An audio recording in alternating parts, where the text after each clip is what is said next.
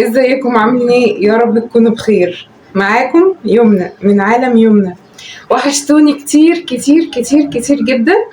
عارفه ان انا غايبه عليكم. يا رب ارجع زي الاول ان شاء الله. كل سنه وانتم طيبين وربنا يعود علينا وعليكم الايام بخير.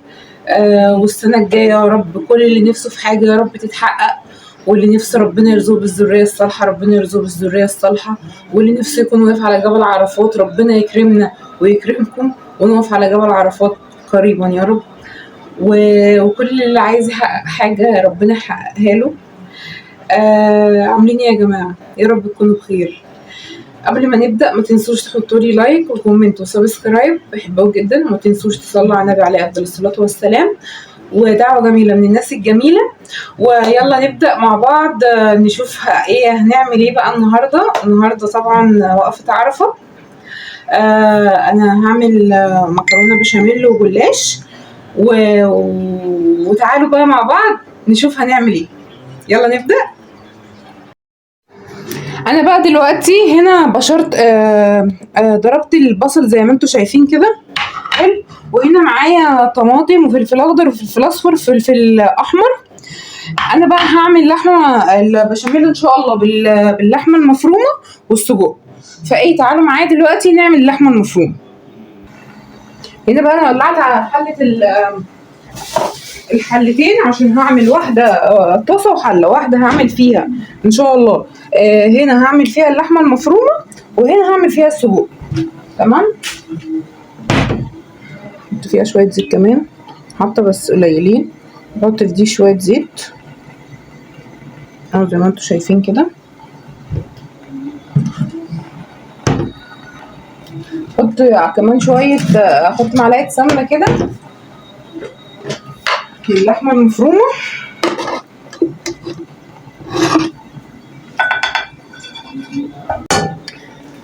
هنا بقى انا البصل ده انا فرمال السجق وفرمال اللحمه المفرومه. هنزل بحاجه بسيطه كده للسجق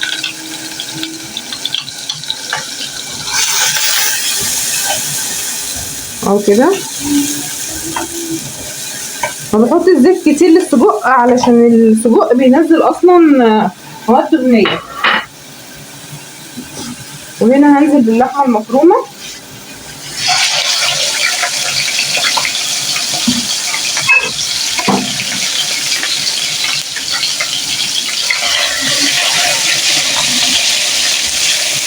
انا بنزل الاول باللحمه المفرومه، بعد كده انزل عليها بقى ايه بالحبشتكنات بتاعتها، فلفل بقى بصل.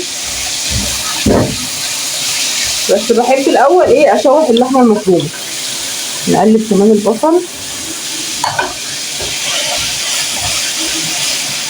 حمرت كده البصله هنا. هنزل بقى بالطماطم والفلفل الالوان ده الاصفر. ننزل بشويه حمرين بس كفايه كده، عشان الباقي ده انا هنزل على اللحمه المفرومه دي وكده. نسيب بقى ايه يعملوا مع بعض كده. هنا اللحمه المفرومه تمام. هنزل بقى عليها بالبصل. بسم الله.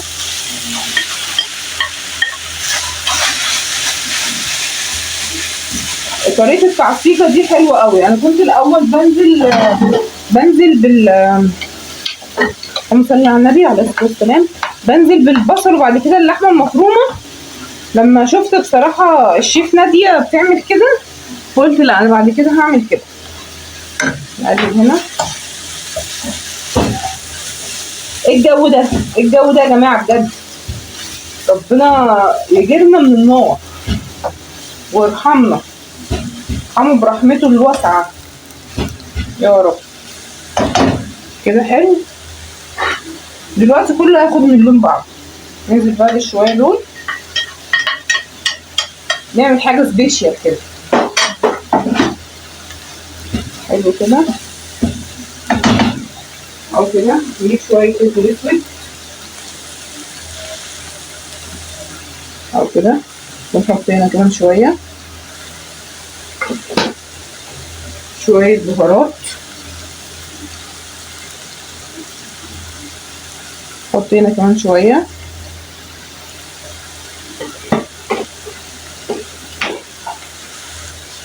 شويه شطه، هنا شويه شطه، حط هنا شويه بهارات لحم،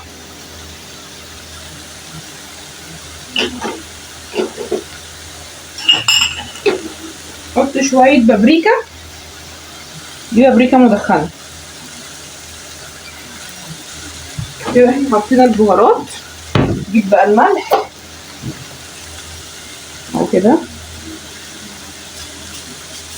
وهنا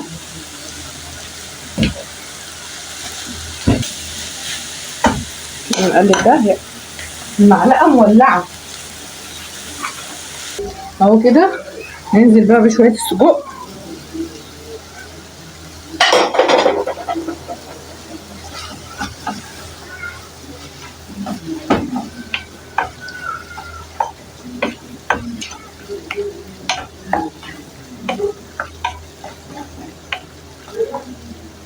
هجيب له شويه ميه اهو كده،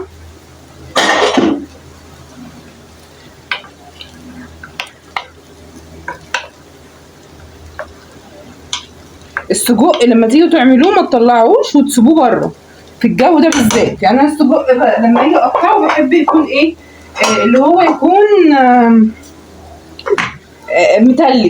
متلج حاجه بسيطه، فاهمين؟ ما يكونش بارد.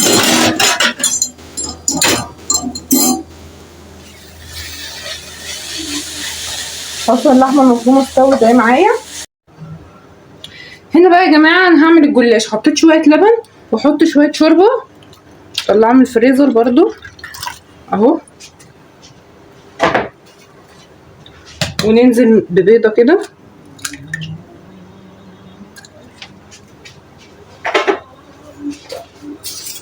بعد ما نزلنا بالبيضه ناخد معلقه سمنه،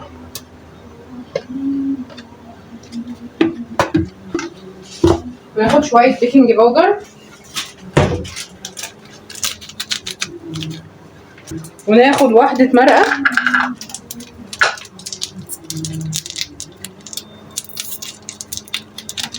اهو كده، شويه فلفل اسود وشويه ملح، وده الخليط اللي هنسقسق بيه اللهم صل على النبي والسلام، اللي هنسقسق بيه الجلاش. الجو صعب قوي يا جماعه، الجو صعب قوي، ربنا يرحمنا برحمته بجد. قلبه كده، حاول اقلب كله كده مع بعضه، سمنه بيض بقى لبن،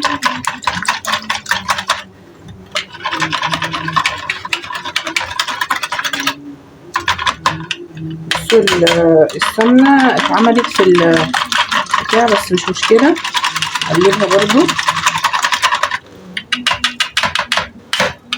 اهو كده. هنا بقى انا هجيب نقطه زيت كده،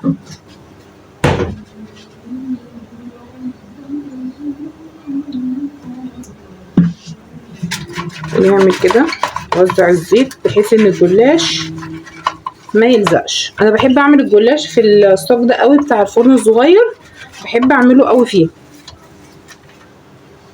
اهو كده. نخلي دي هنا،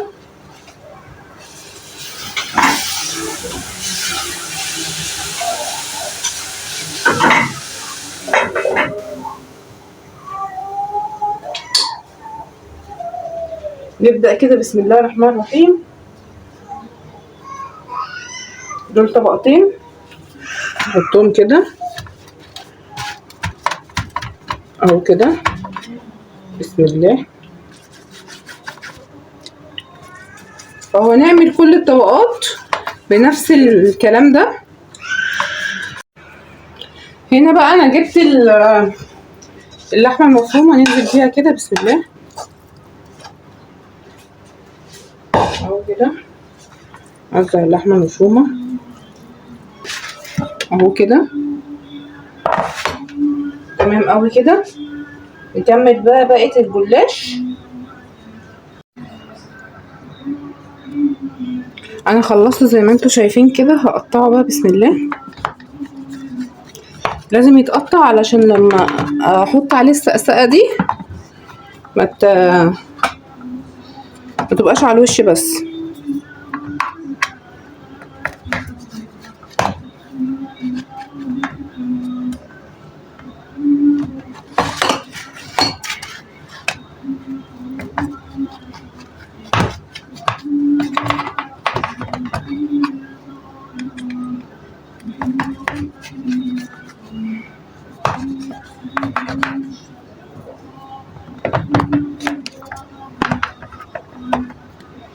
اهو كده زي ما انتوا شايفين.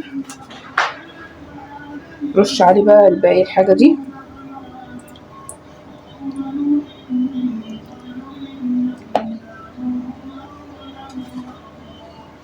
اهو كده ندخلها بحيث ان هي تبقى في كل الحاجه. قرب نرمي اي حاجه من دي.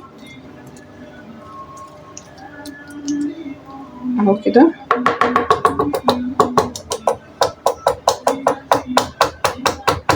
ندخلها بقى الفرن نعمل بشاميل. هنا البشاميل بقى ننزل ايه بمعلقتين سمنه كده.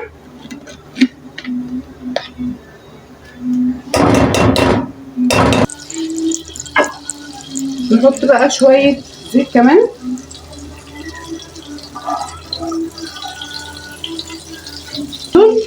احط 3 معالق دقيق عشان مبحبش الدقيق كتير يكون فيها. 2 دي 3. اقلب بقى بسرعه كده.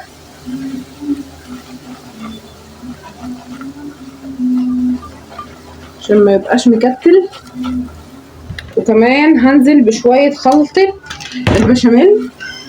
انا مبحبهاش اجيبها بس ايه جاتلي فقلت ايه يلا مش مشكله. والله العظيم يا جماعه مش انا اللي مشترياها، يعني هي جاتلي بجد. اهو في تركايه كده انا بعملها.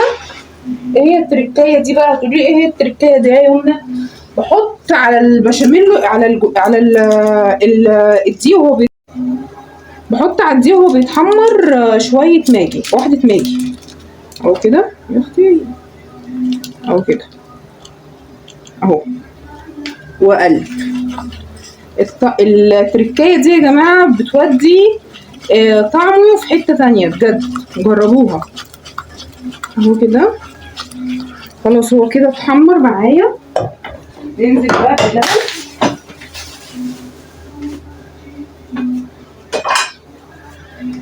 هنزل باللبن بسم الله.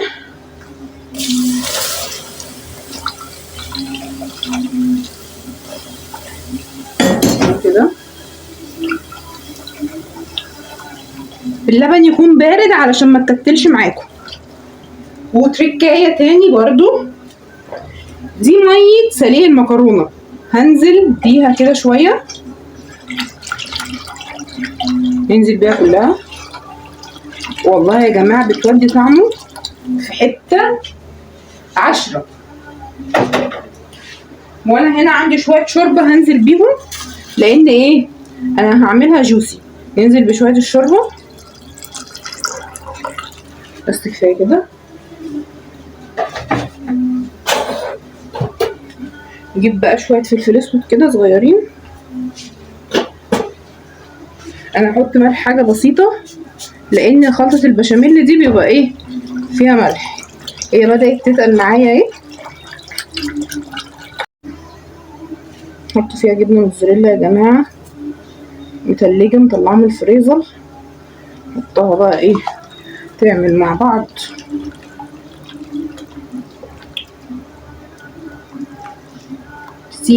ناخد المكرونه انا سلقاها. ناخد كبشتين كده حلوين على المكرونه.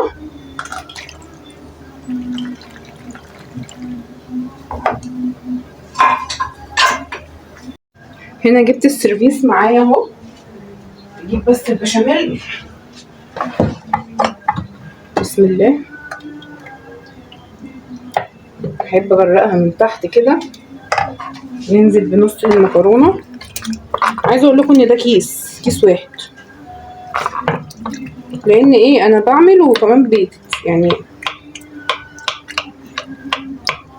بتتساب، بتتعني تاني يوم بسبب ان الاكل يعني ايه مبقتش اكل زي الاول وكده، فبقيت اسيبها يعني. اهو ننزل بشويه اللحمه المفرومه كده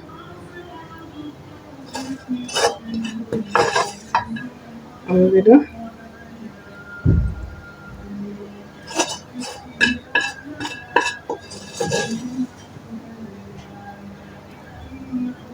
كده نجيب بقى السجق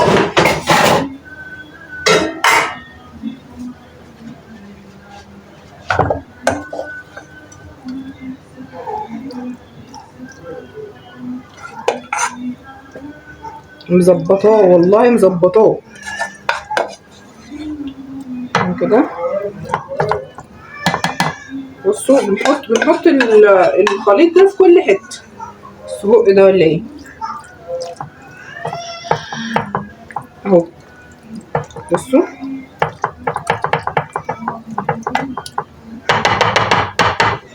بس كده. ننزل بقى بشويه بشاميل كمان. بقول لكم اخليها جوسي يعني. احمد بيقول لي اسميكي يومنا جوسي بسبب ان انا بحب اعمل المكرونه تبقى جوسي قوي، فاهمين؟ فبيقول لي انا هسميكي يومنا جوسي. قلت له طيب. بقت عايزين اشيلها على طول يا جماعه، وانا ايه بكون شغاله او اي حاجه تقعد تعيط وتصوت لي، تقعد تقول لي مسميني انا بابا، تقعد تقول لي كده يعني، اللي هو يشيليني يعني. او رصينا المكرونه كمل الحمد لله. نجيب بقى ايه شويه البشاميل ونسقسق كده، سقسق. اهم حاجه في البشاميل سقسقي سقسقي. انا كده يا جماعه هعمل ايه بقى؟ نجيب بيضه نكسرها على الخليط ده. فين وكده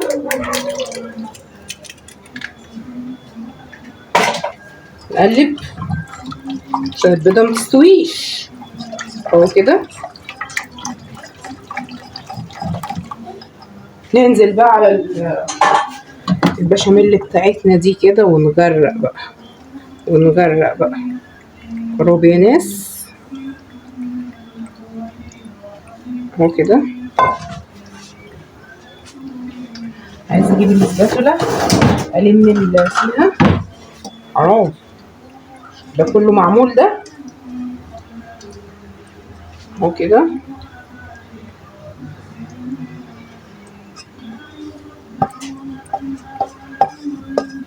اهو كده.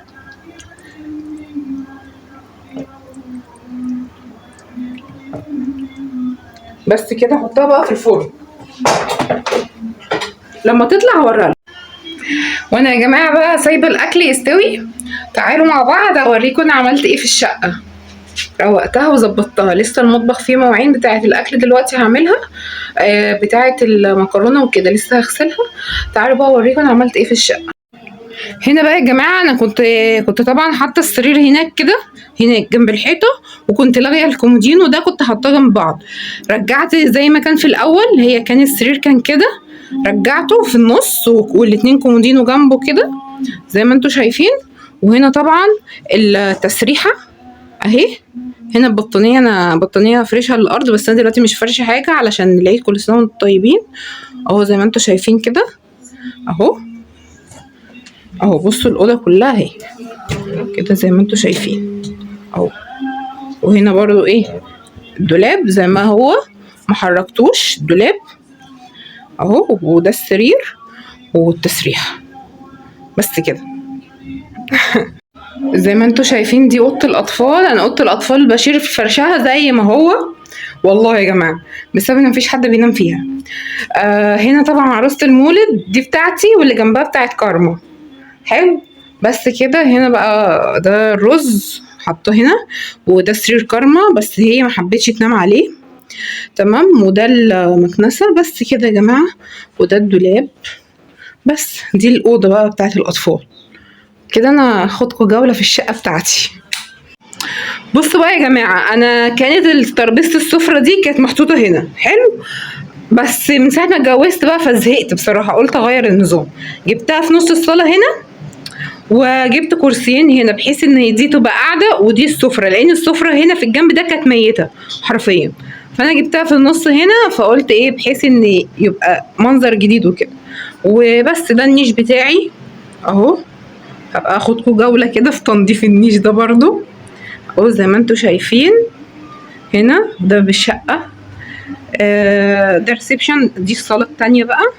الصاله التانية كل شويه بغير النظام. ده لعب كارما اللي على الكنبه دي ملناش دعوه بيها، كل شويه بغير النظام. يعني اجيب الكنبه الرمادي هنا واجيب الكشميري هنا كده يعني. بس كده يا جماعه اهو زي ما انتم شايفين. بس كده اهو. انا اتهديت والله يا جماعه، حرفيا انا اتهديت في الشقه بمعنى الكلمه. بصوا يا جماعه، انا عندي فكره كده. المبرد ده اسيبه زي ما هو هنا كده جنب الطرقه، ولا اجيبه مكان الصب في النص؟ اقترحوا عليا. احمد بيقول لي لا، مش شكله الصب ده شكله هنا وحش. فانتوا اقترحوا عليا بقى اعمل ايه. هنا بقى يا جماعه خلاص كده خلصت الريسبشن. طب ليه طيب قفلت النور؟ هنا بقى يا جماعه الله اكبر الله العظيم، خلصت الريسبشن. اخش بقى هنا ايه؟ الطرقه هنا بتدخلني هنا على المطبخ. بلاش نشوف الكركبه بتاعت المواعين، هغسلها دلوقتي. واوضه النوم واوضه الاطفال والحمام. بس اخلص بقى المطبخ واصوره لكم. وكده يا جماعه انا خلصت الاكل. بصوا ثواني اجيب حاجه بس نسيت تاني. بصوا الجمال، بصوا الحلاوه، بصوا ماشي كده. مصرية المكرونه والجلاش. عايزه بقى اقول لكم يا جماعه، الف انا وشيفا طبعا على اللي هياكل الاكل ده اللي هو احمد يعني. انا عاملاه له بمزاج.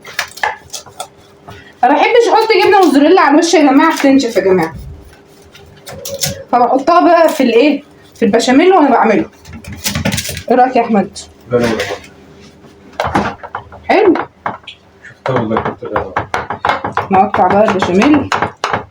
انا سيبته يهدى شويه بحيث ان انا اعرف اطلعه خرط، لان ما شاء الله لما بعمله كده جوسي. انت مسميني يومنا ايه؟ جوسي. شفتوا يا جماعه؟ شفتوا جوزي مسميني يومنا ايه؟ مش مؤمن بايه؟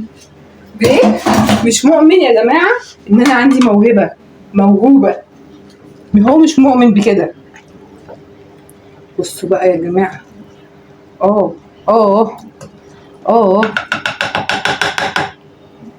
يا سلام. نجيب من هنا ونجيب من هنا وكده.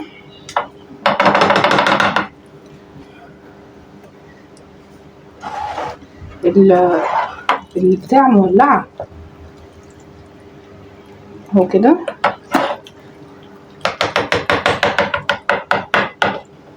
يا سلام يا سلام. سلم.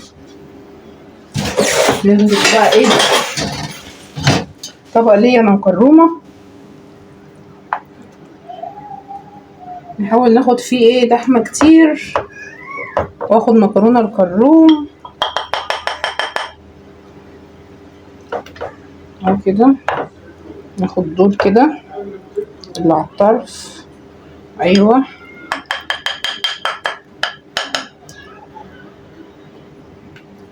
ناخد دول كمان. انا عماله اقول لكم ايه، ناخد وهاكل، وانا اصلا على الله حكايتي انا باكل. يا ربي الواحد ما بيعرفش يتبلى ببقه فول. حرفيا يا جماعه انا من الناس اللي مثلا ايه ما بتعرفش تخبي. والله دي حقيقه. يعني انا من الناس اللي ما بعرفش اخبي خالص. اللي هو انا عندي حاجه لازم اقولها، اللي هو مش ندار على شمعتنا عشان تقيد. لا مش ماشيه بالمثل ده خالص. بصوا يا جماعه، بصوا البشاميلايه بقى. بصوا قصدي الجلاشيه بقى. بصوا سخن موحوح. والله نفسي يبقى امشي بالمثل ده. بجد مش عارفه اللي هو ايه، نداري على شمعتنا عشان تقيل. لا انا ما بعرفش اداري اهو.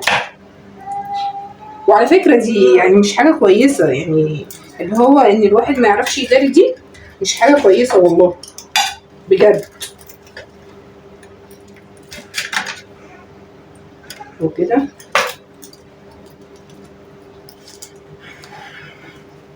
اهو نجيب الصينيه بتاعتنا الحلوه.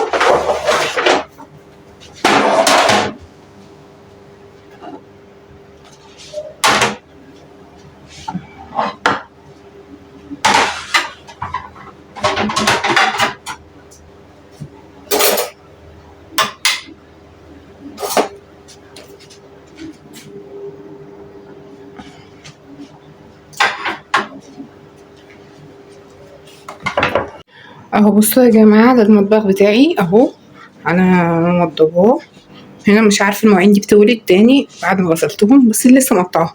ده غسيل مغسول، وفي غسيل في الغساله بيتغسل، وفي غسيل عايز يتغسل، ده تنظيف العيد. وهنا البوتاجاز بصوا منضفاه ازاي كانه لسه جاي جديد. بصوا جوه منضفاه ازاي. لا يعني انا منضف حاجه بنضفها بس كده يا جماعه. وبكده الفيديو بتاعنا خلص. ما تنسوش تحطوا لي لايك وكومنت وسبسكرايب، بحبه جدا. وما تنسوش تصلوا على النبي عليه افضل الصلاه والسلام. وسلام.